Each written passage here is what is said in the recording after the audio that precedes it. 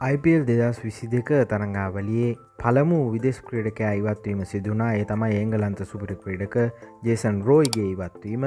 ඔහු වෙනුවෙන් ආදේශකයක් සිදු කිරීමට ගුජරාට් ටයිටන්ස් කණ්ඩායමට සිදුවනවා. ඒ වෙනුවෙන් පසුගිය ඉන්දිය සංචාරයේ නිරත වී ඉහළ දක්ෂතා පෙන්වූ ශ්‍රී ලංකා නායකයා පිළිබඳව ඉන්දිය මාධ්‍ය සහ ඉන්දිය විචාරකයන් ඉහළින් කතා කර තිබුණා.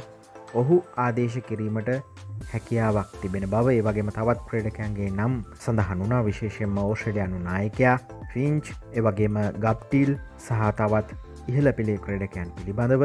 නමුත් මේ වන විට ගුජරාට් ටයිටන්ස් කණ්ඩායම අෆ්ගනිස්තානයේ ප්‍රවේගකාරී පිතිකරු මෙන්ම කඩුළු රකින්න ක්‍රීඩකයා වන ගුරුබාස් තමන්ගේ කණ්ඩායමට එකතු කර ගැනීමට නියමිත බවයි ඉන්දිය මාධ්‍ය වාර්තා කර තිබෙන්නේ.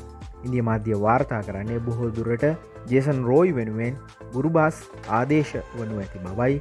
නමුත් තවමත් නිල වශයෙන් ගුරුබාස් ගුජරාට් ටයිටන්ස් සමග ගිවිසුම් ගත වී ඇති බවට නම් මාධ්‍ය වාර්තා සඳහන් වන්නේ. නමුත් ඔහු එකතු වීමට නියමිත බව තමයි සඳහන් වන්නේ. channel එක subscribe කරන්න.